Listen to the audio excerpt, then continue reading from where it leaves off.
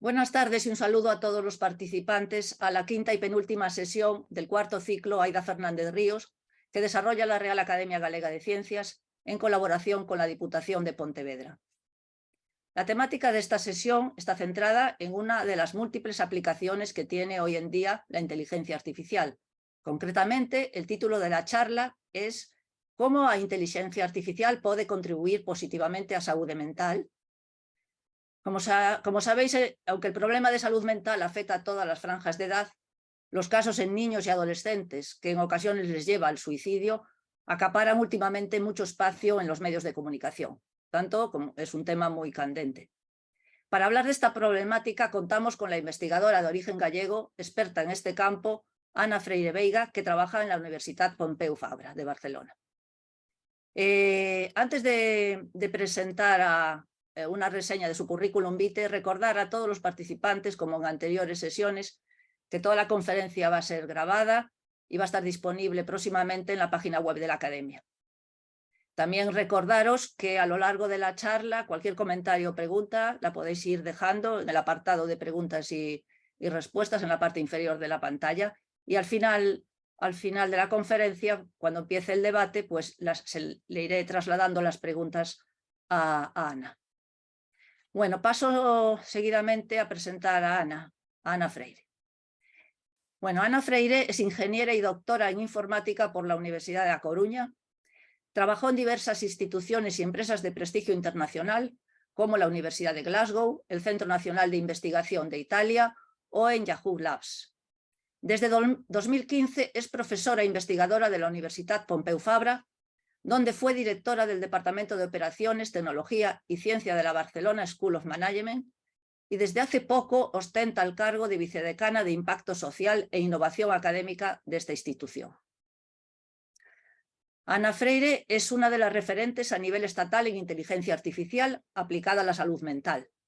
Dentro de esta línea tuvo mucha repercusión la creación del proyecto STOP, que utiliza análisis de datos e inteligencia artificial para estudiar problemas mentales en redes sociales y ofrecer ayuda a personas que puedan necesitar apoyo emocional y de esta manera intentar prevenir conductas suicidas. Es autora de un gran número de publicaciones científicas, varias patentes, y acumula numerosos reconocimientos nacionales e internacionales.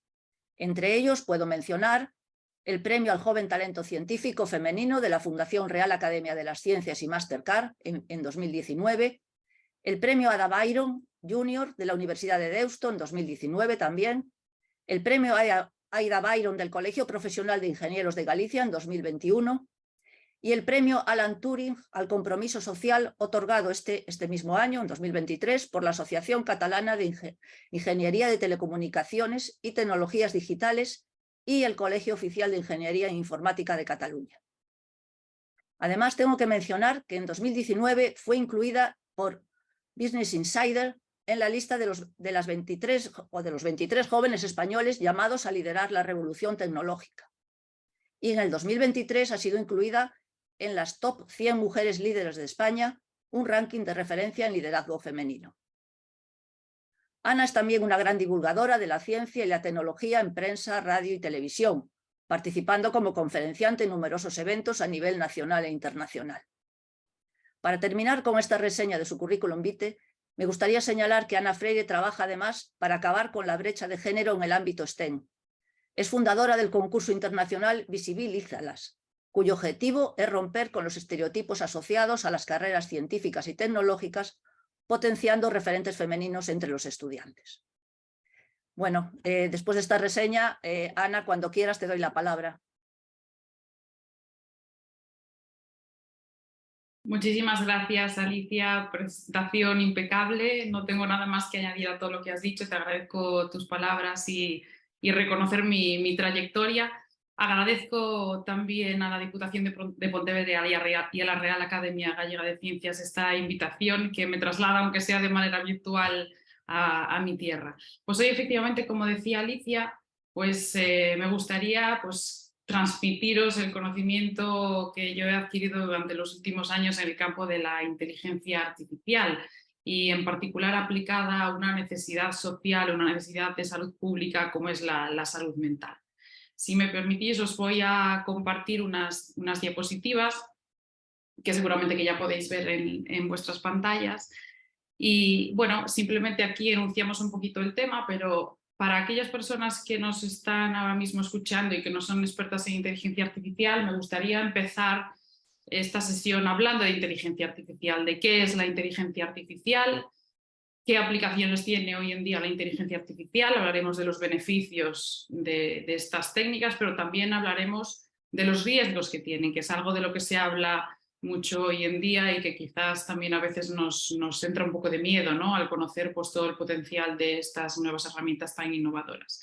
Veremos cómo podemos resolver estos riesgos y finalmente pasaré a daros un ejemplo práctico de un proyecto que lidero desde el año 2016-2017 en el que aplico inteligencia artificial en salud mental y veréis los resultados que hemos tenido. Bueno, pues en primer lugar a mí me gustaría empezar pues hablando de la inteligencia artificial, de qué es la inteligencia artificial. Y bueno, cuando doy clase a los alumnos de ingeniería, antes de que saliera ChatGPT y les preguntaba ¿qué es para vosotros la inteligencia artificial? Casi todos me decían pues un robot humanoide, ¿no? Como este que veis aquí en la pantalla, un robot pues, que tiene forma humana, un robot que es capaz de mantener una conversación, casi distinguible, ¿no? Indistinguible de un ser humano. Bueno, este es un robot que existe, es un robot que se llama Sofía, que fue creado por la empresa Hanson Robotics y es un robot conversacional. Tiene cámaras, micrófonos, es capaz de mantener una conversación en ciertos temas en los que ha sido entrenada. Hay ciertas partes del robot que no son puramente inteligencia artificial, otras sí podríamos considerar que son inteligencia artificial. Y bueno, para que veáis hasta qué punto está desarrollado este robot, tiene incluso el pasaporte en Arabia Saudita, con lo cual es una ciudadana de Arabia Saudita. Os decía antes que mis alumnos antes de la llegada de ChatGPT pues identificaban a la inteligencia artificial como algo como este robot, ¿no? Un robot humanoide. Pero después de la llegada de ChatGPT, cuando les pregunto qué es inteligencia artificial, casi todo el mundo me dice ChatGPT. Si no lo conocéis, es una herramienta nueva, es un chat en que vosotros podéis hacer algunas preguntas, es gratuito, aunque tiene algunas versiones de pago.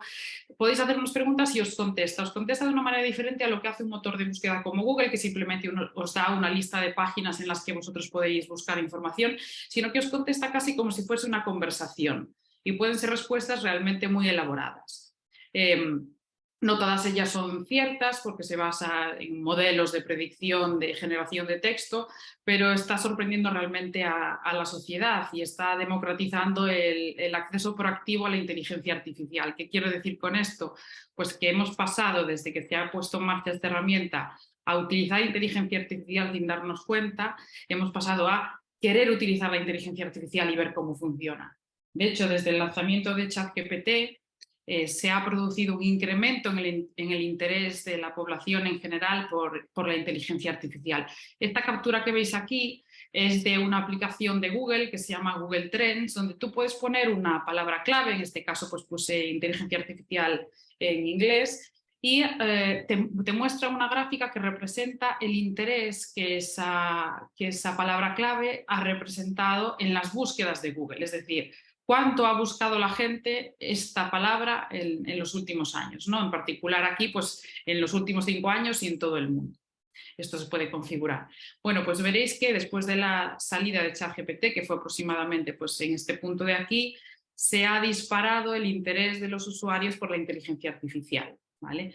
Pero sin embargo, la inteligencia artificial no es algo nuevo y algo que haya salido en los últimos años. De hecho, yo no sé si alguien de la audiencia conoce a esta persona que veis aquí en pantalla.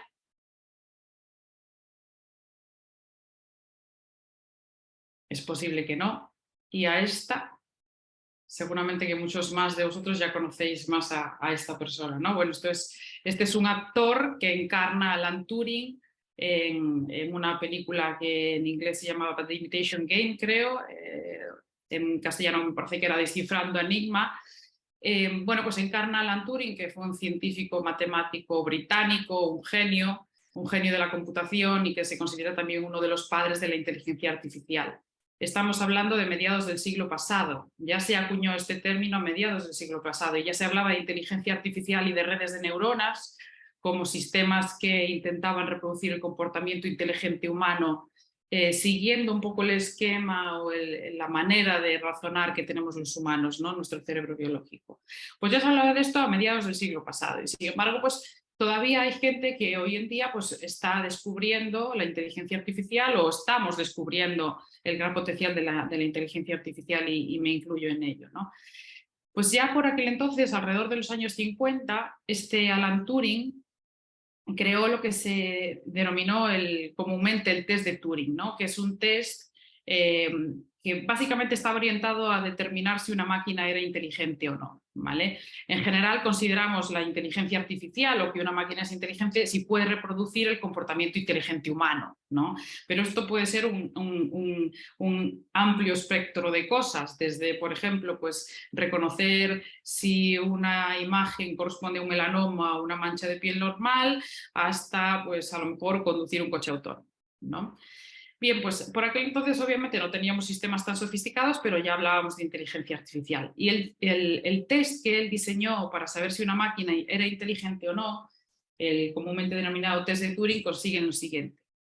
Imaginaos un humano, humano C, que está comunicándose con otro humano y con una máquina, pero no sabe cuál es el humano y cuál es la máquina. Nos podemos imaginar la situación como, por ejemplo, una comunicación a través de un chat, donde tú no ves con quién te estás comunicando.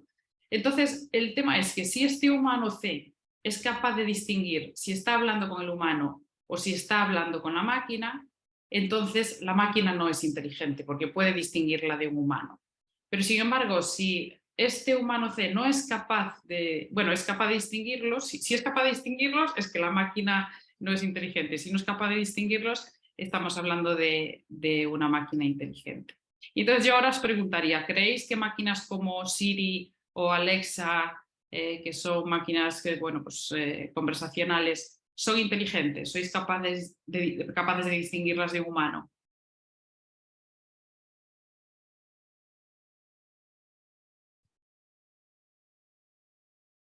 No veo respuesta, seguramente que estáis pensando, porque es una pregunta que no siempre es fácil de contestar, pero pues efectivamente no pasarían el test de Turing, porque son sistemas que se diferencian de un humano, ¿verdad? Veo ya una respuesta que me gusta mucho. Bueno, pues efectivamente estas máquinas no pasarían el test de Turing, todavía se diferencian de un humano, porque estamos todavía en lo que se llama la inteligencia artificial limitada, ¿vale? Que es lo que se llama Artificial Narrow Intelligence en inglés, y que es un tipo de inteligencia artificial que no pasaría el test de Turing. Es una inteligencia artificial que sabe hacer muy bien una cosa, pero solo esa cosa. Y claro, nosotros en un humano no lo consideraríamos inteligente si solo sabe hacer muy bien una cosa. Bueno, se espera que después de esta inteligencia artificial limitada llegará la inteligencia artificial general o Artificial General Intelligence. Generalmente se conoce como AGI en inglés, lo veréis en foros, en redes sociales, hay discusiones sobre cuándo llegará esta inteligencia artificial. Esta inteligencia artificial ya sería confundida con un humano, pasaría el test de Turing, sabría hacer muy bien muchas cosas al mismo tiempo. Hay quien dice que llegará en torno al 2040, pero después de la llegada de ChatGPT esta estimación de fecha se está adelantando un poco, incluso 2030. Hay una discusión también constante de si ChatGPT ya se confunde o no también con un humano. Y bueno, hay quien cree que después de la llegada de esta AGI, Artificial General Intelligence, llegará la superinteligencia artificial, que será pues una inteligencia artificial que ya supere al ser humano. ¿Esto es malo? No tiene por qué, ya tenemos sistemas que nos superan en eficiencia y en efectividad y no pasa nada, solamente tenemos que aprovecharlos. Al fin y al cabo somos nosotros los que estamos diseñando estos sistemas, ¿no? Como dice una científica a la que yo sigo mucho, dice, el humano al final es el que enchufa y desenchufa la máquina. Entonces seremos nosotros capaces también de ver qué es lo que está aprendiendo qué es lo que están aprendiendo estas máquinas. Claro, aquí entra también un tema filosófico. Hay muchos filósofos hoy en día que están escribiendo sobre inteligencia artificial, discutiendo sobre inteligencia artificial y ven hasta qué punto esto puede ser algo negativo o algo positivo. Aquellos más optimistas creen que va a ser pues, un factor que va incluso a potenciar la inteligencia del ser humano, el hecho de que tengamos máquinas que nos puedan ayudar y nos puedan optimizar también nuestro tiempo. Bien, pues ahora que sabemos una ligera definición de lo que es la inteligencia artificial, reproducir comportamiento inteligente humano en una máquina, sabemos lo que es el test de Turing, cómo realmente identificar si una máquina es o no inteligente y los diferentes tipos de inteligencia artificial, me gustaría empezar a enseñaros algunas aplicaciones que en las que hoy en día estamos utilizando la inteligencia artificial y a veces sin darnos cuenta. Hay aplicaciones muy, muy potentes que han llevado, bueno, pues a muchas empresas a triunfar, ¿no? A triunfar su modelo de negocio. Un ejemplo de inteligencia artificial que utilizamos muy a menudo está presente en Amazon. Seguramente que gran parte de vosotros utilizáis Amazon o alguna tienda de comercio electrónico similar, ¿verdad? Bueno, pues Amazon ha permitido hacer algo que en la vida real era imposible, y es lo que su ex CEO decía. No sé si conocéis a Jeff Bezos, que fue el ex CEO de Amazon, y él afirmaba que si tengo 3 millones de clientes en la web, debería de tener 3 millones de tiendas en la web. Claro, esto es imposible en el mundo físico. En el mundo físico todos vamos a la misma tienda, vemos el mismo escaparate, vemos las estanterías situadas de la misma forma. A veces tenemos que pasar por estanterías de productos que no nos gustan porque es necesario, es el camino que hay hacia las estanterías que nos interesan, sí. Pero sin embargo, en el mundo digital esto sí fue posible. Y de hecho, bueno, pues Amazon lo consiguió. Cada ventana que nosotros vemos de Amazon es diferente. Cada uno de nosotros verá un escaparate distinto. Tenemos una tienda personalizada cada vez que entramos en Amazon. Estos productos que aparecen aquí, por ejemplo, son resultados de un algoritmo de inteligencia artificial que se llama sistema recomendador y que busca cuáles son los productos que es muy posible que cada uno de nosotros queramos comprar. Si yo nunca he comprado nada relacionado pues, con la jardinería, pues es muy posible que nunca me aparezca aquí pues, un cortacésped, ¿no? Pero sin embargo, si he comprado productos digitales, de fotografía o de cocina, pues es muy posible que sí que me recomiende algo. ¿Cómo hace esto? Bueno, pues Amazon tiene más de 200 millones o 300 millones de usuarios a nivel mundial y lo que hace es, con técnicas de inteligencia artificial, nos agrupa en grupos similares, lo que generalmente en informática se llama clusters. ¿Y qué hace con estos clusters? Bueno, pues considera que personas que pertenecen al mismo clúster son similares. ¿Y en base a qué? Bueno, pues a la actividad que tenemos en la página, qué objetos compramos, qué tipo de objeto compramos, qué objetos devolvemos, qué objetos miramos más, dónde nos paramos, dónde se para nuestra vista a buscar, por dónde movemos el ratón, etcétera, ¿no? Con todos estos datos que recoge de nosotros nos agrupa. Hoy aquí, bueno, somos bastantes, la verdad, pero a lo mejor pues no somos demasiado parecidos entre nosotros. Pero cuando estamos hablando de millones de usuarios, estamos hablando de grandes cantidades de datos y ahí creedme que no somos tan especiales y que nos podemos agrupar. Pues estos sistemas recomendadores lo que hacen precisamente es trabajar de la siguiente manera. Si hay dos tipos. Uno son sistemas recomendadores basados en usuario, es decir, si yo estoy en el mismo grupo de Amazon que otro usuario y este otro usuario ha comprado un producto, es muy posible que me recomiende a mí también ese producto. Y después hay otro tipo que son los sistemas recomendadores basados en producto, que lo que hacen es, si yo he comprado un producto, es muy posible que me recomiende un producto similar a este producto. Por ejemplo, si me compro un portátil, pues a lo mejor me recomienda pues, una funda para el portátil, ¿no? Bueno, pues estos sistemas recomendadores han sido el éxito de muchas aplicaciones en todo, ejemplos muy prácticos de lo que la inteligencia artificial puede hacer para mejorar un modelo de negocio. Otro ejemplo es, por ejemplo, Netflix o plataformas similares, seguramente que las utilizáis y veréis que muchas veces el contenido que vemos no es un contenido que nosotros busquemos, sino que es contenido que nos recomienda la propia plataforma. Bueno, pues todos estos ítems que nosotros vemos al entrar en Netflix también son personalizados. Cada uno de nosotros tiene una ventana diferente a Netflix. Y estos contenidos se personalizan también con sistemas recomendadores. De la misma manera que se hace en Amazon. Nos agrupan pues, en función de qué contenidos vemos, qué tipo de documentales, de series, de películas vemos, cuánto tiempo, si nos gustan, si no nos gustan. Toda esta información la recopila y nos agrupa. De manera que si yo estoy en el mismo grupo de una persona que ha visto La Casa de Papel, pues es muy posible que me la recomiende a mí también, ¿vale? Bueno, de hecho, el propio Netflix dice que más del 80% del contenido que los usuarios ven es el resultado de un sistema recomendador. Es decir, ya es muy raro que un usuario vaya a buscar, escriba el nombre de una película, de una serie y la empiece a ver. Lo más habitual es que ya veamos contenido que nos sugiere. Algo también muy curioso es que no solamente nos sugiere contenido, sino que nos personaliza también las carátulas. Es decir, es posible que yo, por ejemplo, vea una carátula distinta que alguno de vosotros para la misma serie, porque sabe que yo habitualmente hago clic en carátulas pues, donde aparecen pues, solo una persona, o en blanco y negro, o con pocos colores, pero a lo mejor alguno de vosotros al revés, ¿no? Entonces personaliza incluso estas carátulas. Bueno, pues estos sistemas recomendadores están basados en inteligencia artificial y en particular en una técnica de inteligencia artificial que se llama Machine Learning o aprendizaje automático, que hablaremos después también de él. Más ejemplos de inteligencia artificial. Bueno, pues ya en el campo del supply chain, de la cadena de suministro, todos seguramente conocéis Mercadona. Bueno, pues en Mercadona se llevó a cabo una prueba de concepto con un sistema de inteligencia artificial que lo que hacía era también recopilar datos, igual que lo hacía en Amazon o que lo hacía Netflix, pero claro, datos de diferente tipo. En este caso querían hacer un sistema que predijese fallos en las cámaras frigoríficas. Entonces estos datos eran temperatura, humedad, diferentes datos que venían de sensores de las cámaras frigoríficas. Y con estos datos lo que hacían era un sistema que predecía cuándo la cámara frigorífica iba a fallar. Claro, esto es súper potente porque puede reducir desperdicios de alimentos, bueno, en gran medida, ¿no? Porque las cámaras frigoríficas que tienen estas tiendas, estos supermercados, son considerables. Y lo que es más importante, en el mundo de la medicina también la inteligencia artificial tiene mucho que ver y es algo que habitualmente no vemos en los medios de comunicación, que nos enseñan más quizás la parte negativa, pero también la parte positiva es muy buena de la inteligencia artificial, sobre todo cuando estamos hablando de salud. Aquí os presento el recorte de una noticia de un algoritmo que se diseñó en la Universidad de Stanford, si no me equivoco, en el 2017. Es un algoritmo que lo que hacía era identificar a través de una foto de una mancha de piel, identificaba si esta mancha era un melanoma o no.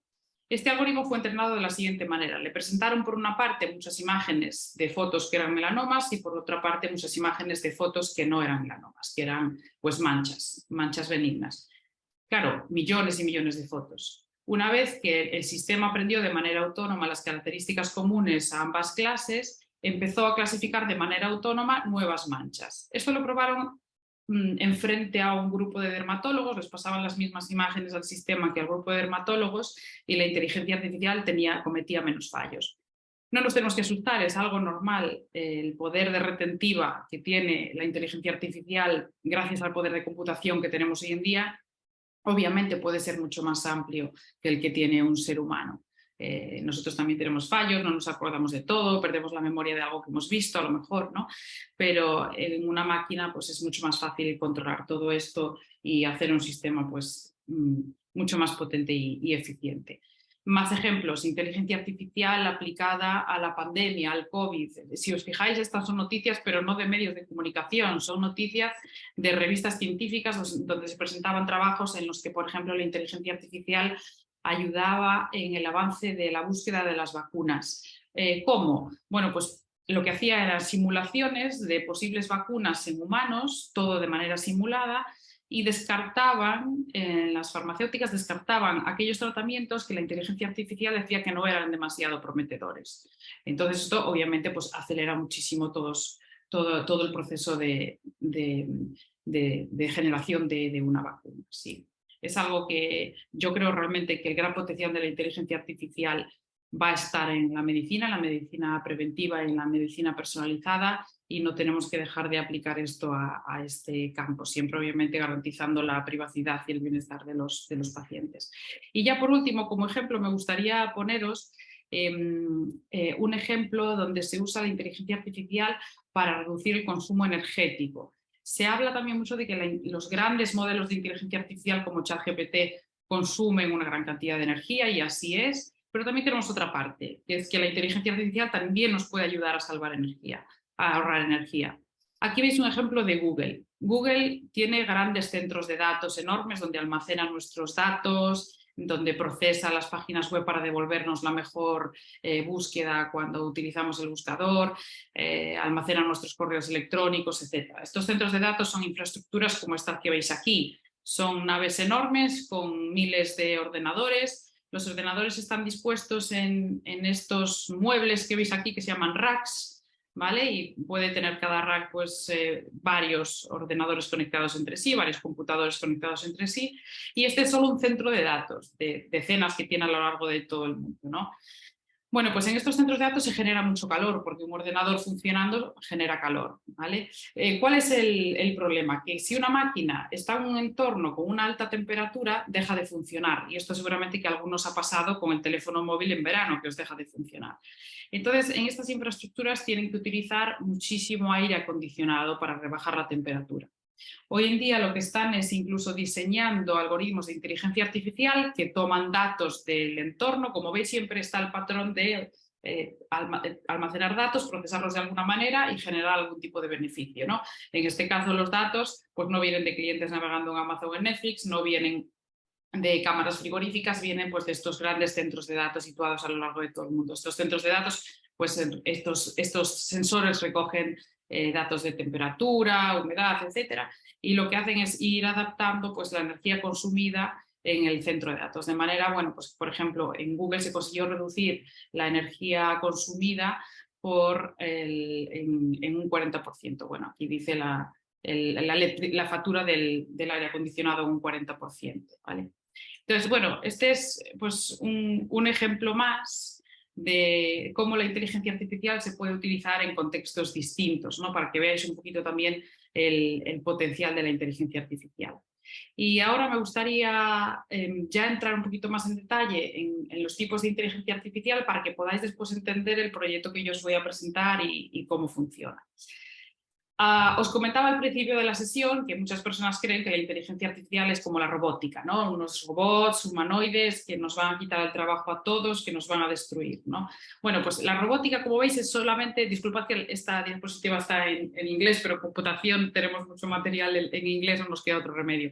La robótica es solamente una rama de la inteligencia artificial, como veis aquí, solamente una rama. Tenemos muchas otras ramas. Speech, por ejemplo, es lo que hacen Siri o Alexa, que es el reconocimiento del habla.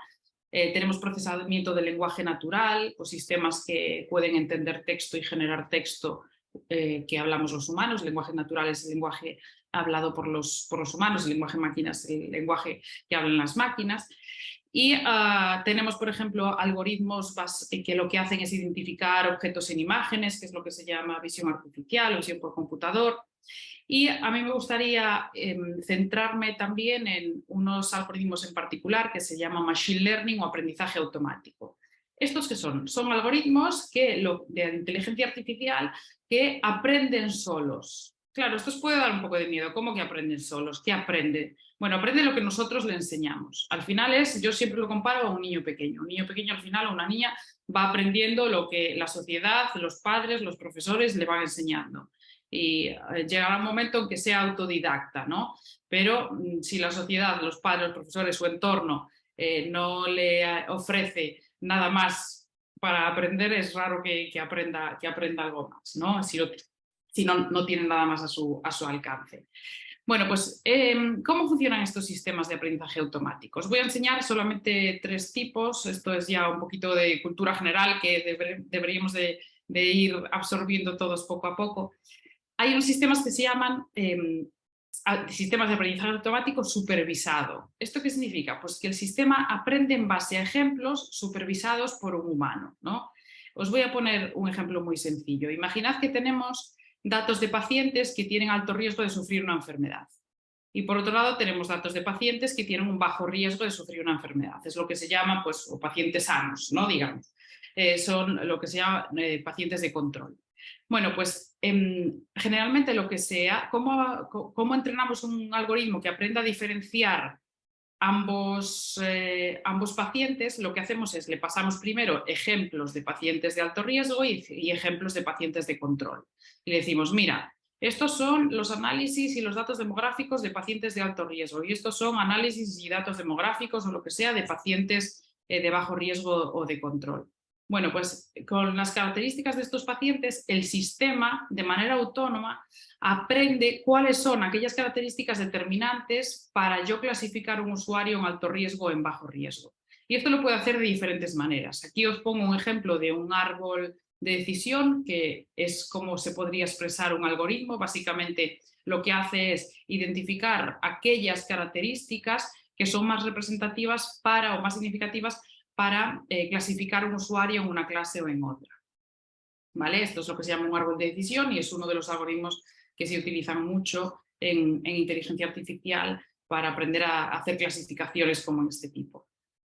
Una vez que el algoritmo esté entrenado, tenemos ya el modelo entrenado y le pasamos una nueva persona, ¿no? un nuevo ejemplo de paciente, pero no le decimos si es de alto riesgo o si es de bajo riesgo. Y le decimos, clasifícamelo. ¿Qué crees que es? Ahora que has aprendido características comunes a alto riesgo y a bajo riesgo, clasifícame este nuevo usuario. Y el sistema solo pues dará una predicción y dirá, pues mira, con un 90% de posibilidades se trata de un paciente de bajo riesgo.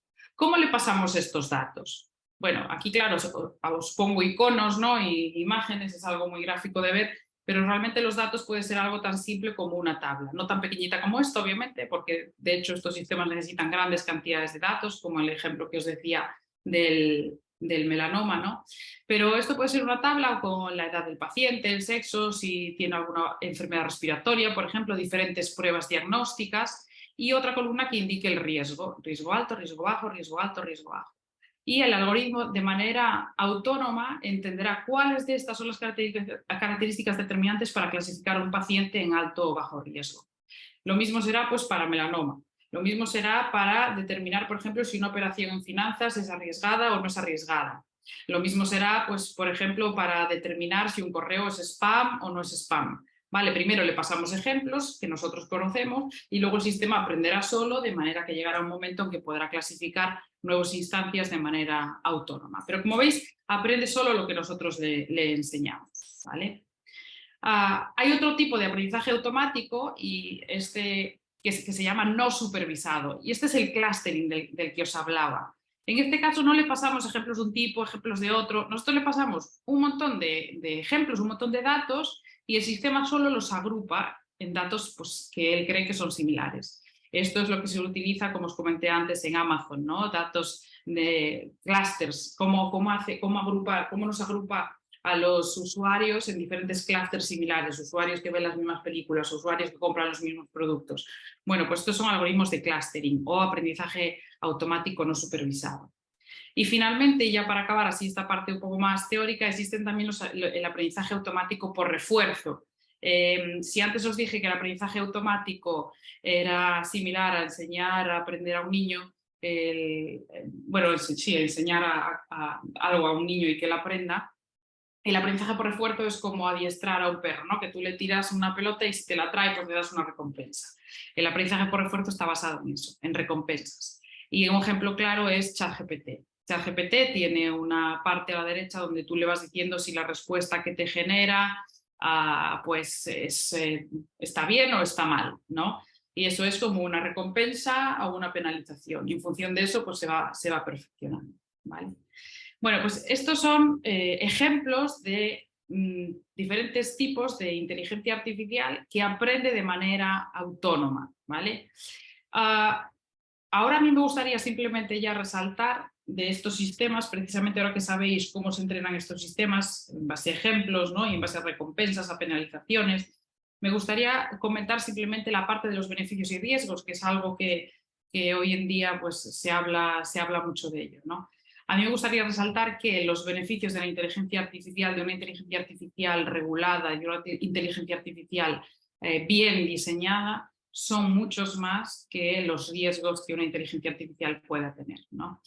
Pero claro, pueden pasar casos en los que esta inteligencia artificial no está bien diseñada y ocurren problemas. Y os voy a poner el caso de Amazon. Amazon diseñó un algoritmo para selección de personal en puestos de ingeniería de software.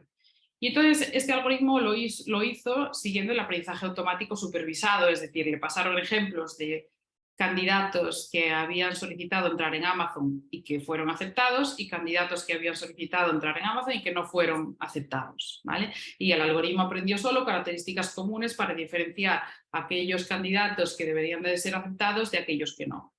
¿Cuál fue el problema? Bueno, lo que querían era que el algoritmo recibiese 100 currículos y seleccionase los 5 mejores. Bueno, pues se dieron cuenta de que el algoritmo no seleccionaba nunca mujeres.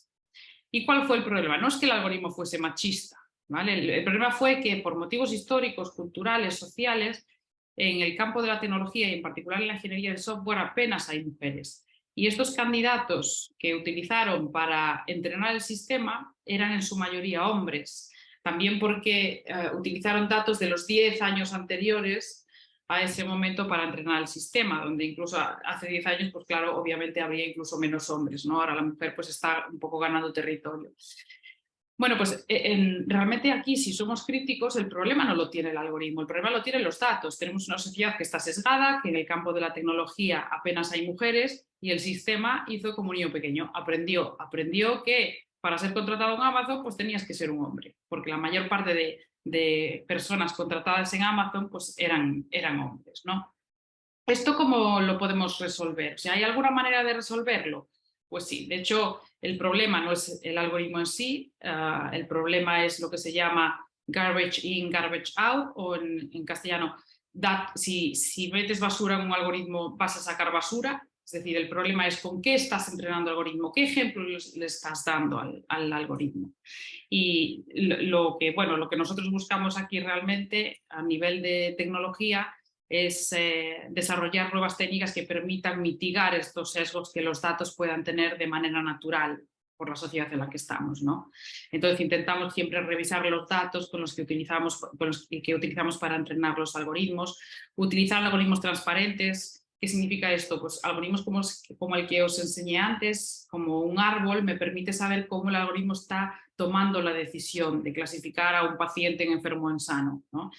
Otros algoritmos, sin embargo, como las redes de neuronas, no son tan transparentes, no te explican tan bien cómo están razonando. Entonces, siempre es mejor utilizar, cuando sobre todo los efectos de un algoritmo son sobre el ser humano, utilizar algoritmos que nos permitan saber cómo están pensando. Tener equipos de desarrollo diverso en tecnología, esto es fundamental. ¿Por qué? Porque es posible que si tenemos un equipo diverso podamos detectar mucho mejor errores. Si en este equipo de desarrollo del algoritmo de Amazon hubiese mujeres, probablemente alguna de ellas se daría cuenta, ¿por qué nunca hay una mujer en el ranking? Y luego auditorías expertas, controlar el algoritmo, controlar de alguna manera el desarrollo, el uso del algoritmo, y eso tiene que ver mucho con la regulación. Bueno, pues con todo esto que sabéis hasta ahora, os voy a presentar ya el proyecto que lidero desde hace ya unos años, desde el 2017, principios de 2017, que se llama Suicide Prevention in Social Platforms, o prevención del suicidio en redes sociales. Es un proyecto en el que, bueno, lo dirijo desde la Universidad Pompeu Fabra, pero trabajamos diferentes instituciones a nivel internacional, hospitales, centros de investigación, universidades de España, de Suiza y de Francia. Empezó como un pequeño proyecto muy humilde, básicamente era yo y algunos estudiantes de máster que me ayudaban en algunas tareas, pero poco a poco fue creciendo. ¿Y cuál es el objetivo del proyecto? Pues precisamente el objetivo del proyecto es ayudar a personas con problemas de salud mental en las redes sociales y particularmente con problemas de ideación suicida, porque vimos que efectivamente en las redes sociales había muchas personas que expresaban su ideación suicida y su tendencia suicida, su deseo de desaparecer. Esto es un contenido que dependiendo de la burbuja en la que estemos en redes sociales, pues a lo mejor no vemos, pero si empiezas a indagar se ven contenidos de este tipo. Empezamos a trabajar con psicólogos y psiquiatras para desarrollar este proyecto y nos dijeron que detrás del 95% de los suicidios generalmente había una enfermedad mental, siendo depresión la más habitual. Entonces, bueno, pues no solo nos dedicamos a estudiar ideación suicida, sino a estudiar depresión. Y ya cuando estábamos estudiando estos datos nos dimos cuenta que había una comunidad muy activa en redes sociales muy relacionada con depresión, con ideación suicida, que era la comunidad de los trastornos de la conducta alimentaria, como pueden ser la anorexia o la bulimia. Entonces empezamos también a estudiar este caso. ¿Por qué? Bueno, pues en los casos más graves pueden desarrollar estas personas también tendencias autolíticas, autolesiones, ideación suicida, etcétera, ¿vale? Y claro, es una comunidad además muy activa en redes sociales porque han desarrollado un sistema de comunicación propio. Digamos que tienen unos hashtags, unas palabras clave para identificarse entre ellas, ¿no? Por ejemplo, ponen, para perder kilos, pues cómete un limón al día. Y ponen hashtag pro Ana, que es pro anorexia, o hashtag pro Mía, que es pro bulimia. Entonces, claro, tú si empiezas a buscar estos hashtags en Twitter, por ejemplo, pues te aparecen tweets con recomendaciones para perder peso. Y es una comunidad que realmente puede llegar a ser muy, muy dañina si no se sale de ahí. Bien, entonces, nosotros realmente lo que queríamos hacer era llegar de alguna manera a usuarios que tuviesen ideación suicida, depresión o TCA y que nosotros pudiésemos ayudarlos de alguna forma. Entonces, el primer paso era sacar un patrón común de comportamiento de estos usuarios en redes sociales. La idea inicial era rastrear en tiempo real las redes sociales, detectar un usuario en problemas y enviar un teléfono de ayuda. Pero esto no se puede hacer por términos de privacidad de datos, por el Reglamento General de Protección de Datos. Nosotros no podemos rastrear las redes sociales sin el consentimiento de los usuarios, sobre todo pues, cuando estás asociándole una etiqueta de ideación suicida o depresión, ¿no? Entonces, esto no se puede hacer. Entonces, lo que nosotros hacemos es anonimizar todos los datos que descargamos, no sabemos nunca con qué usuarios estamos trabajando y analizando un comportamiento general. Vale, os voy a explicar ahora poquito a poco lo que hicimos. Empezamos con un proceso que se llama crawling. Crawling es un proceso de recogida de datos. En este caso lo hicimos en Twitter porque Twitter tiene una aplicación que hasta hace poco nos permitía de manera muy fácil recopilar datos. Vale, con este filtrado que se realiza de manera automática, ¿no? A través de algoritmos, extraemos pues, una serie de tweets, ¿no? Estos tweets se tienen que clasificar o etiquetar y estos tweets los etiquetan psicólogos y psiquiatras. Los etiquetan psicólogos y psiquiatras. ¿Por qué? Bueno, pues que no todos los tweets que recopilamos, por ejemplo, que hablan de suicidio, significa que correspondan a una persona con ideación suicida. Por ejemplo, pues aquí tenemos un caso positivo. Segundo intento fallido, el tercero me despido. Parece que sí corresponde a una persona con tendencias suicidas. Pero el segundo, suicidios en aumento el último año. Pues esto corresponde a una cuenta informativa. Entonces aquí hay un proceso de etiquetado donde los psicólogos y psiquiatras etiquetan una pequeña parte de todo lo que nosotros recogemos, pues para hacer esa clasificación que os enseñaba antes de caso positivo, caso de control, ¿vale? Y alimentar sistemas de aprendizaje automático supervisado. De estos tweets extraemos características. Estas características son múltiples. Son, por ejemplo, pues, características de ciertas palabras, de las imágenes que suben, de cómo se relacionan con otras personas, qué contenido comparten, la frecuencia de publicación, etc. Básicamente lo que queremos ver en redes sociales es lo que los psicólogos y psiquiatras preguntan en las consultas presenciales cuando una persona va y les dice, pues es que no me siento bien. Y para saber, por ejemplo, si tienen depresión te pueden preguntar, ¿duermes bien? Porque el insomnio pues, puede ser una señal de que algo va mal, ¿no? Bueno, pues nosotros intentamos buscar pistas similares en redes sociales. Y este vector que os pongo aquí sería algo muy equivalente a la tabla que os enseñé antes con los datos de los pacientes, ¿vale?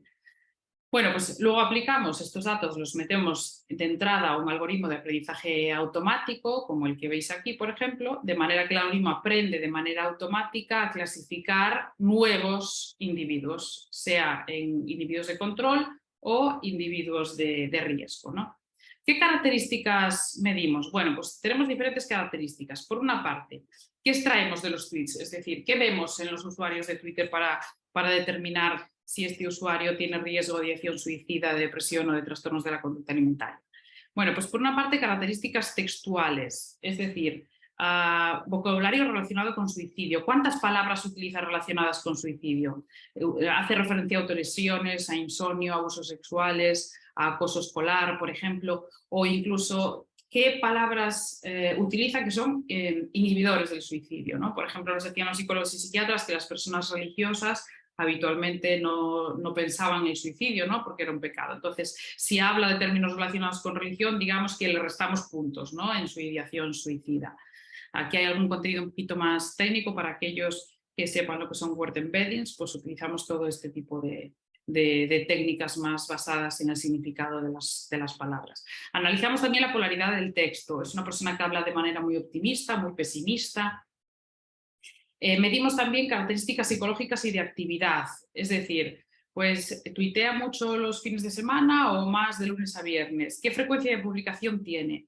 Calculamos también si al menos hay un periodo de 6 horas al día en el que la persona no está tuiteando, porque eso significa que al menos tiene un periodo de descanso, es decir, que está durmiendo, que tiene un patrón de sueño regular. Miramos pues, el ratio de tweets, el número de publicaciones por cuatrimestre, etc. Otras estadísticas de los tweets, por ejemplo, el número de tweets que están relacionados con suicidio, porque obviamente una persona, aunque tenga adicción suicida, no tiene por qué estar hablando todo el rato de esto, ¿no? Pero ¿en qué medida habla de esto? La longitud de los tweets también puede ser significativa o el número de tweets totales. Medimos también el apoyo social que una persona pueda tener en las redes. Obviamente, cuando una persona va a una consulta física, es muy posible que un psicólogo le diga: ¿tienes apoyo social? ¿Tienes amigos, familiares a los que contar tus problemas? Bueno, pues nosotros intentamos medirlo de manera limitada, obviamente, en las redes sociales a través del número de friends, de amigos, que son personas a las que tú siguen y que te siguen, a las que tú sigues y que te siguen, o actividad que tienes con otras personas, likes, retweets, etcétera. ¿Cuánto de inmerso en una comunidad estás, ¿no? Hacemos también análisis de imagen. Esto lo hacemos en colaboración con el Centro de Visión por Computador, que para cada imagen de usuario que previamente ha sido también ofuscada para no poder hacer una búsqueda inversa, lo que hacemos es dar un índice de probabilidad, dar una probabilidad a una imagen de que corresponda a una imagen relacionada con suicidio, con depresión o con trastornos de la conducta alimentaria. Bueno, pues estas son las características que metemos aquí, todas estas las transformamos a números, estas características, a través de vectores, son las que en inglés se llaman features, y pues básicamente es enviar al algoritmo ejemplos de usuarios pues, que han sido clasificados por los psicólogos o psiquiatras en alto riesgo de suicidio, depresión o TCA, y ejemplos de control. Y el sistema solo pues aprenderá a clasificarlos. Una vez que tenemos clasificados muchos usuarios, de hecho, bueno, pudimos clasificar usuarios con ideación suicida con un 85% de precisión, los de TCA incluso más, en torno a un 90-95%, precisamente por lo que os decía, es más fácil identificarlos por estas palabras clave que utilizan, ¿no? Bueno, pues una vez que tenemos este sistema, clasificamos muchos más usuarios, y de manera que, esto ya seguro que os suena, cuando tenemos un grupo de usuarios podemos extraer características comunes a ellos. Pues nosotros trajimos características comunes a usuarios con ideación suicida, depresión y trastornos de la conducta alimentaria. Por ejemplo, en redes sociales el patrón que vimos más habitual para usuarios con trastornos de la conducta alimentaria es una mujer, un 84% son mujeres, de menos de 29 años, el 60% de menos de 19, con lo cual estamos hablando de personas muy, muy jóvenes, y que hablan de temas como dietas vegetarianas, veganas, ejercicio muy extremo, laxantes, pérdida de calorías, hablan de autolecciones, etcétera, ¿no? Lo mismo, extraemos otro perfil para depresión y extraemos otro perfil para ideación suicida. ¿Qué hacemos con estos tres perfiles? Bueno, pues ahora lo que hicimos fue establecer una colaboración con la Fundación Ayuda y Esperanza, que es una fundación de Barcelona que aloja el teléfono de prevención del suicidio y el teléfono de la esperanza, y hicimos unas campañas dirigidas en redes sociales a usuarios que encajasen en alguno de estos tres perfiles, como si fuese una campaña publicitaria dirigida a posibles compradores, ¿no? Una posible campaña publicitaria de una empresa que busca potenciales clientes. Pues nosotros buscamos potenciales personas que necesiten ayuda, ¿no? Bueno, pues diseñamos 6 campañas diferentes, porque aunque aquí la mayor parte son mujeres, hicimos una campaña para mujeres y otra para hombres, y para ideación suicida, depresión y trastornos de la conducta alimentaria. Estas campañas contenían el teléfono de la esperanza o el teléfono de prevención del suicidio, y eran campañas como las que veis aquí en pantalla. Se lanzaron ya en 2 ocasiones, estamos preparando ya la tercera campaña. La primera vez que se lanzó la campaña fue en las Navidades 2020-2021 y la segunda en las Navidades 2021-2022, y medimos en qué porcentaje estábamos incrementando el número de llamadas a estos teléfonos que habían conocido el teléfono a través de las redes sociales, porque estos son teléfonos atendidos por voluntarios 24 horas, y cuando no se trata de un caso muy grave, pues pueden preguntar: ¿cómo has conocido el teléfono? ¿No? y bueno, medimos cómo había cambiado el número el porcentaje de personas o de llamadas procedentes de redes sociales tras la campaña. Bueno, solo deciros que la primera tarde que lanzamos la campaña, yo estaba en Rábade, en mi pueblo, al que voy siempre por Navidades, siempre que puedo, de hecho, era el 23 de diciembre, si no me equivoco, del 2020, y lanzamos la campaña por la mañana y por la tarde me llaman de la Fundación Ayuda y Esperanza y me dicen: Ana, ya han llamado 3 personas que dicen que han conocido el teléfono a través de estas campañas, y una se trataba de un suicidio inminente. Claro, yo ya dije, ya ha merecido la pena el proyecto, ya me dan igual los resultados que salgan a partir de ahora, ya si han llamado 3 personas y una era un caso grave, bueno, pues estamos viendo que nuestro algoritmo está yendo a las personas que lo necesitan, o al menos a algunas de las personas que lo necesitan, pero por otra parte también nos dimos cuenta de la cantidad de ayuda que se necesita en redes sociales, ¿no? Cuando terminó la primera campaña nos dijeron que se había incrementado un 60% el número de llamadas de redes sociales al teléfono de prevención del suicidio. Hoy, ¿en qué estamos trabajando? Estamos haciendo el mismo proyecto en Cataluña, es decir, con un teléfono... Bueno, aquí os quería decir que estas llamadas, aunque el teléfono de prevención del suicidio y de la Esperanza eran de Barcelona, se lanzaron en toda España y llegaron en total a más de 1 millón de personas. Ahora mismo estamos haciendo un proyecto con la Generalitat, ya tenemos la parte técnica resuelta, falta la parte de las campañas, para lanzar una campaña en Cataluña atendida por teléfonos de Cataluña y personal de la Generalitat de Cataluña, me refiero. Y bueno, que se centre solamente pues, en usuarios de Cataluña, ¿no? Porque también pues, tienen altos niveles de suicidio en adolescentes. Estamos a punto de lanzar otra campaña nacional también, probablemente con algunas modificaciones con respecto a las campañas anteriores, adaptándonos también a otros medios de comunicación que los jóvenes nos sugieren. Estas son algunas de las publicaciones científicas que respaldan nuestra investigación. Y ya para finalizar, simplemente os quería mostrar otros 2 trabajos en los que estamos. Este que veis aquí es un trabajo que tiene que ver con los sistemas recomendadores. Al principio hablábamos de sistemas recomendadores que nos ofrecían quizás una experiencia personalizada de compra, ¿no? o de vista de contenido, de visualización de contenidos. También tenemos sistemas recomendadores en las redes. Vosotros cuando entráis en Twitter o en Instagram o en Facebook os sugiere gente a la que seguir, ¿no? Bueno, pues esto puede verse como algo bueno porque al fin y al cabo te está conectando con gente similar a ti, porque estos sistemas recomendadores intentan recomendarte a gente que se parece a ti, pero no es algo tan bueno cuando estamos hablando de usuarios vulnerables. Y aquí os enseño una gráfica que estudia la comunidad de las personas con anorexia en redes sociales. Esta burbuja rosa de aquí son usuarios con anorexia, con la enfermedad activa en redes sociales, que como veis está completamente desconectada de esta parte verde, que son usuarios de control, usuarios que incluso hablan de CCAs, pero para ayudar, de asociaciones, de fundaciones, etc. Están prácticamente desconectadas. Sin embargo, veis que, por ejemplo, hay unos puntos amarillos por aquí, estos son usuarios en tratamiento de anorexia, de bulimia, de otros trastornos de la conducta alimentaria. Poco a poco ya se van desplazando hacia la derecha, y lo mismo los usuarios recuperados, que son los azules. Bueno, ¿cuál es el problema aquí? Que esta burbuja que veis aquí cada vez se hace más grande por los sistemas recomendadores de las redes sociales.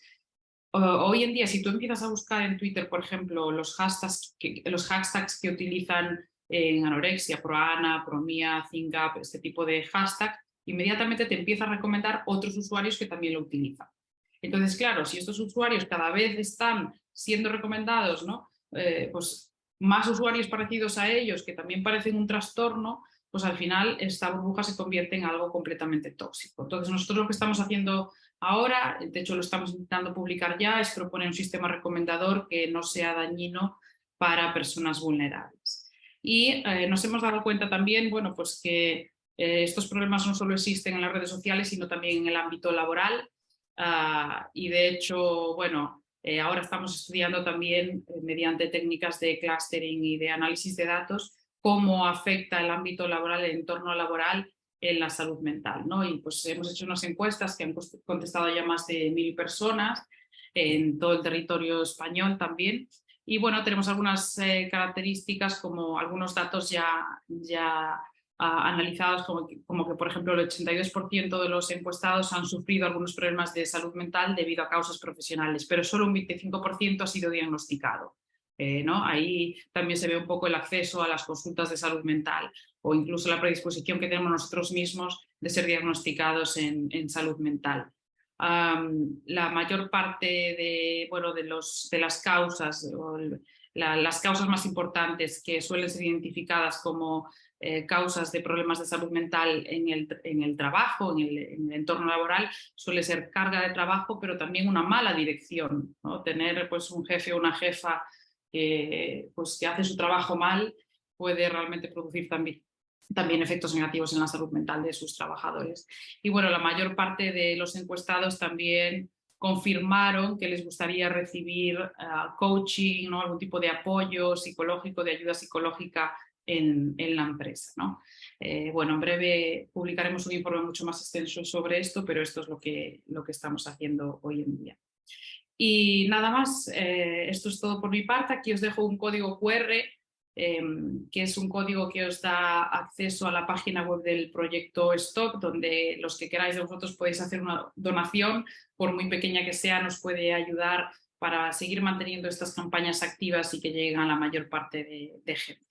Muchísimas gracias por vuestra atención, espero que hayáis aprendido algo nuevo sobre la inteligencia artificial y bueno, que hayáis conocido también la parte buena de la inteligencia artificial y que estos riesgos que a veces se venden, ¿no? de estos sistemas que pueden ser controlados y que muchas veces pues, proceden quizás de sesgos que están presentes en nuestra sociedad y no tanto de los algoritmos en sí. Muchísimas gracias. Estoy dispuesta ahora para responder a vuestras preguntas. Muchas gracias, Ana. Muy didáctica tu charla y muy útil. Vamos a empezar ahora. Os animo, algunos ya, que sigáis aportando o escribiendo preguntas en la parte de preguntas y respuestas. Te voy a ir pasando alguna. José Luis, algún caso te digo el nombre, porque Vale. José Luis Alba pregunta: ¿las imágenes que enviáis al CVC ofuscadas y con una etiqueta de probabilidad de ideación suicida son imágenes que suben los usuarios traqueados a Twitter de sí mismas, de cosas? Bueno, primero no traqueamos usuarios. Nosotros descargamos tweets que contienen palabras como suicidio, relacionadas con depresión o con TCA, ¿no? Una vez que descargamos, antes incluso de salvar estas publicaciones, las anonimizamos completamente. Y como parte de este proceso de anonimización, anonimizamos también las imágenes. ¿Cómo anonimizamos las imágenes? Bueno, en primer lugar, nunca guardamos la imagen en sí.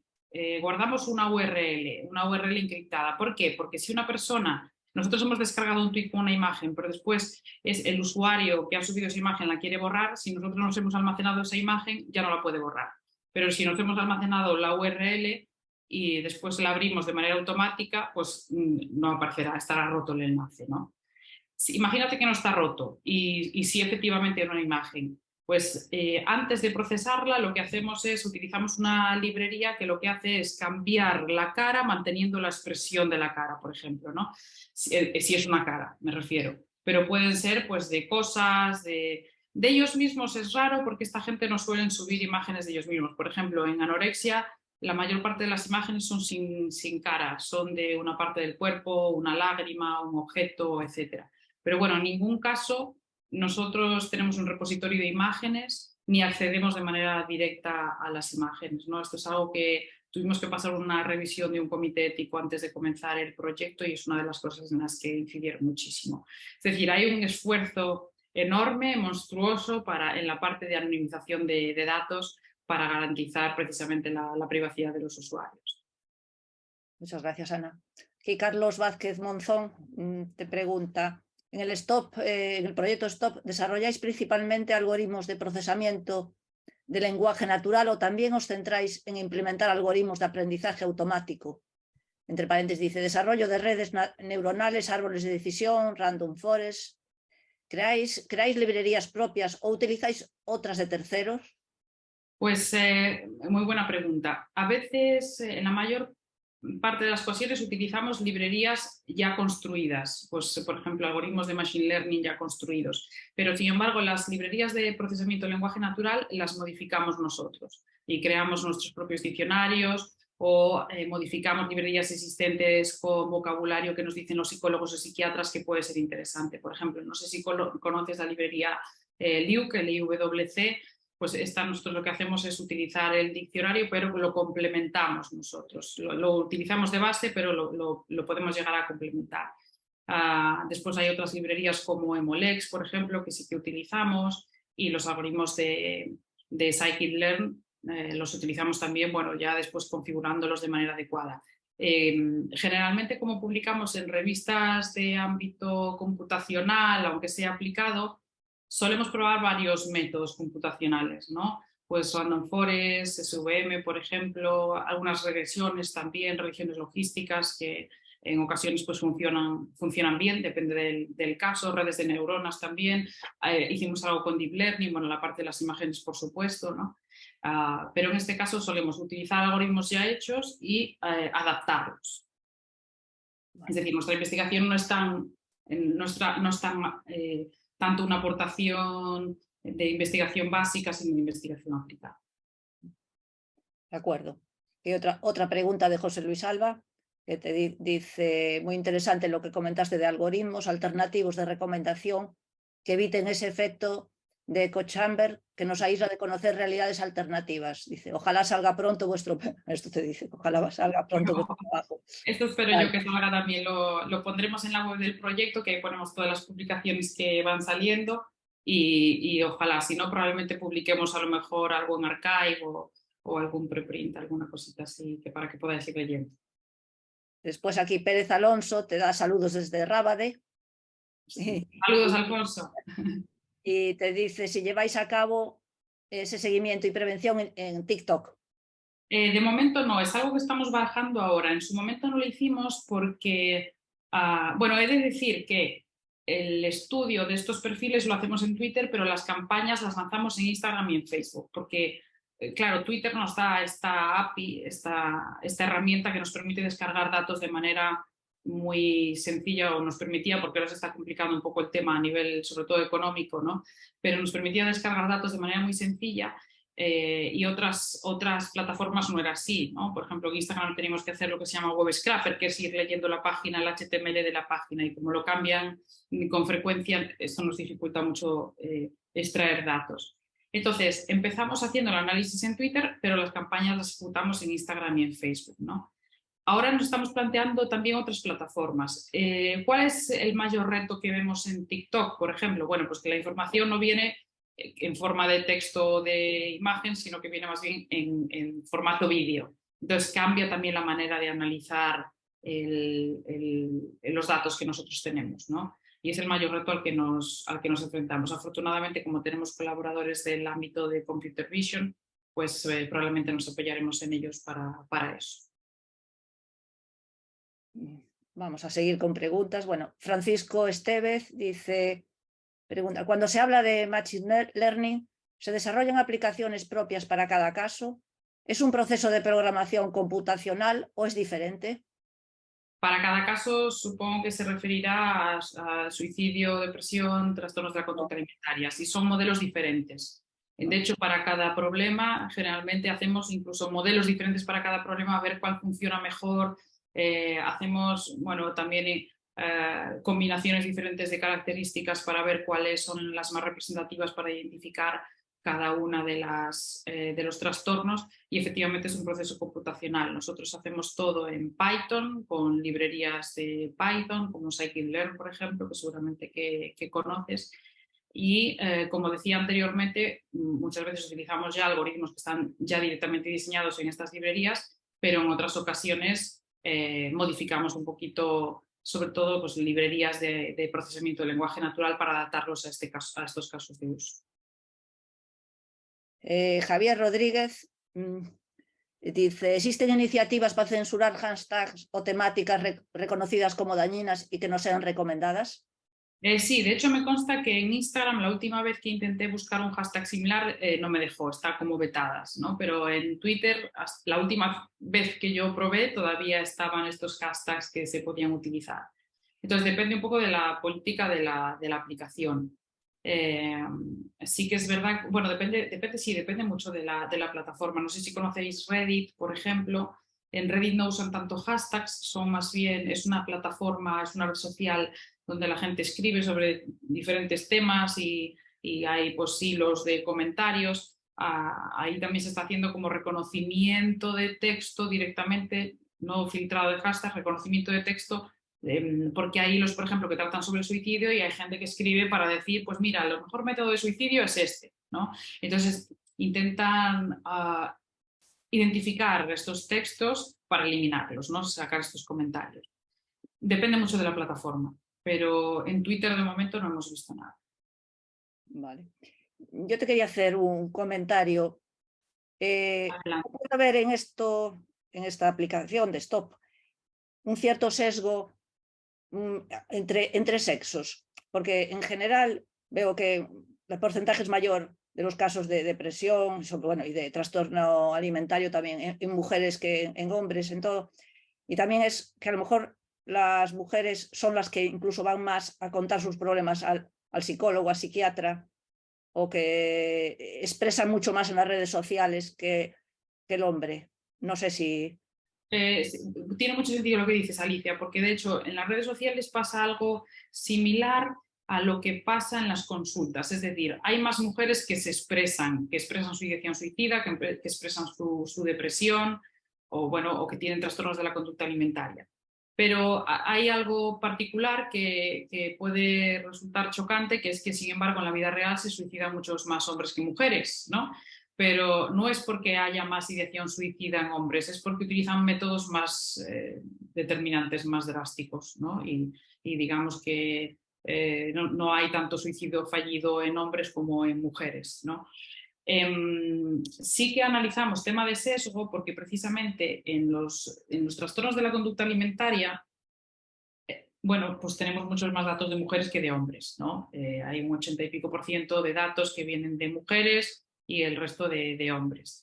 Bueno, pues generalmente cuando se habla de sistemas, bueno, de sesgo en sistemas de clasificación, a veces hay la tendencia a pensar que pues si le metes más datos de una clase que de otra, te va a clasificar mejor la clase mayoritaria, ¿no? Pues si ahora mismo tengo más datos de mujeres que de hombres, pues me va a clasificar mejor las mujeres que los hombres. Bueno, pues nosotros nos dimos cuenta que no, que incluso a pesar de tener más datos de mujeres, clasificaba peor las mujeres, es decir, tenía peor poder para determinar si una mujer tenía riesgo de TCA que un hombre, ¿no?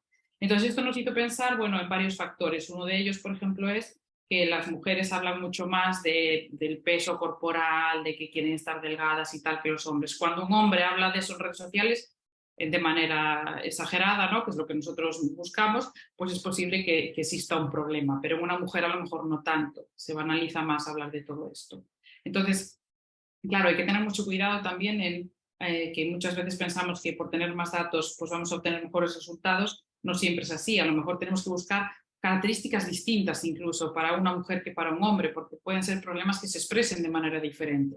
Tenemos otra publicación, de hecho, esta ya está aceptada, saldrá en breve en la página, en la que hablamos precisamente de esto, ¿no? De el sesgo en los sistemas de clasificación de TCAs, el sesgo con respecto al género y cómo nosotros podemos mitigarlo y subsanarlo. De acuerdo. Bueno, y ya para terminar, realmente parece que en los últimos años parece que aumentó mucho más la tendencia suicida que hace ya otras décadas. Y realmente esto no puede ser debido precisamente al auge de las redes sociales. A lo mejor antes cuando no existían redes sociales, yo no sé si hay datos, a lo mejor el porcentaje de suicidios, lo que pasa es que no salían en los medios de comunicación, no había redes sociales y a lo mejor no sé si se está supervalorando, o sea, incrementando, ¿no? No sé, ¿qué opinas sobre eso? Bueno, yo he visto estudios que efectivamente confirman que hay una correlación entre el uso de redes sociales y algunas enfermedades de salud mental, como por ejemplo la depresión, la ansiedad, el estrés, etc. Pero no he visto todavía ninguno que apunte a que existe una causalidad, es decir, que sean las redes sociales la que causa el problema. Sí puede haber una correlación, pero bueno, correlación no es causalidad, no hay que tomar esto con cuidado. Efectivamente, yo estoy convencida de que la cantidad de información que tenemos hoy en día en redes sociales, pero no solo en redes sociales, sino en la web, por una parte es muy buena, pero por la otra puede dar información que no es necesaria. Y os pongo un ejemplo. Una vez hablando con compañeros sobre este proyecto, le hablaba de las autolesiones y me decía el compañero, ¿qué es una autolesión? ¿No? Y el compañero era, bueno, a unos años mayor que yo, y yo decía, pues mira, no me sorprende la verdad tu pregunta, porque yo creo que cuando yo era pequeña tampoco sabía que era una autolesión. Y hoy tenemos a niñas de 12, 13, 14 años que se autolesionan y saben las técnicas de autolesionarse y me parece una auténtica barbaridad. Y esta información la encuentran en las redes sociales y la encuentran en Internet. Entonces, obviamente, sí, las redes sociales o la web puede dar esta información muy negativa, sobre todo para adolescentes, ¿no? Que son personas muy vulnerables. Nosotros intentamos dar la vuelta a la tortilla y decir, vale, el problema puede estar ahí, pues nosotros vamos a intervenir también en redes sociales. Pero creo que urge tomar medidas de qué información se está poniendo a disposición de los jóvenes en la web, porque obviamente yo estoy convencida de que tiene un efecto. Sí, como comenta aquí un participante, Pérez Alfonso, dice, más que el auge de las redes sociales, estoy de acuerdo, dice, puede ser debido a este aumento a los ritmos de vida y a las expectativas de éxito, ¿no? Que yo creo que Supuesto, los sí. jóvenes están sometidos a una presión, tanto por la frustración, muchas veces le lleva a la depresión, a todos, a los problemas alimenticios y todo eso. Yo estoy de acuerdo con este comentario. Completamente, sí, es decir, no podemos achacarlo solo a las redes sociales, por eso puede ser que haya algún tipo de correlación, pero la causa realmente cuál es, ¿no? Y esa expectativa de éxito es algo que también se representa en las redes sociales, porque la gente solo publica pues, la parte más maravillosa de su vida, pero nadie publica sus problemas. Bueno, ahora hay alguna red social que ya potencia la naturalidad, ¿no? Y que te pide sacarte una foto en el momento estés como estés y cosas así. Y yo creo que igual que dije antes que deberíamos de controlar más lo que hay en las redes sociales, también deberíamos de potenciar mucho más la educación a jóvenes de cómo utilizar estas redes sociales, qué creerse o no de las redes sociales. Es decir, tener un espíritu crítico ante esto. No todo lo que se ve ahí es real, ni muchísimo menos, y ya no solo hablo de los filtros, sino también de historias que cuentan del texto todo, ¿no? Puede ser completamente falso y de cómo nos afecte, ¿no? De tener una inteligencia emocional más desarrollada, que no nos afecte tanto lo que vemos aquí. Pero hay mucho por hacer. Sí. Tienen los jóvenes que controlar más sus emociones, lo que dices tú, y potenciar la inteligencia emocional. Bueno, pues espera, voy a mirar si hay alguno. Nada. Ya te paso. Bueno, hay varias felicitaciones de gente, ¿no? Y todo muy bien explicado, estoy de acuerdo.